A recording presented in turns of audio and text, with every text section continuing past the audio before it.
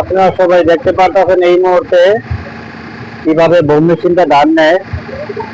আসলে আমাদের গ্রামে ধান দিয়ে এনে এভাবে যে মেশিনটা ধান নেয় সেটা আপনাদের দেখানোর জন্য আমি চলে আসলাম যেখানে ধান নিচ্ছে সেখানে। দেখতে পাচ্ছেন দৌড়ে খালি ধান দিতে আর এখান থেকে উড়ে উড়ে উড়ে উড়ে এখানে পড়তেছে। ধান এক জায়গায় পড়তেছে এবং কুড়ে এক জায়গায় পড়তেছে। গ্রামের বাড়িতে রাস্তায় আশেপাশে পানিতে ভরপুর, সেই জন্য খেতে ধান নিতে পারতেছে না, রাস্তায় এসে ধান নিচ্ছে। আপনার দেখতে পাচ্ছেন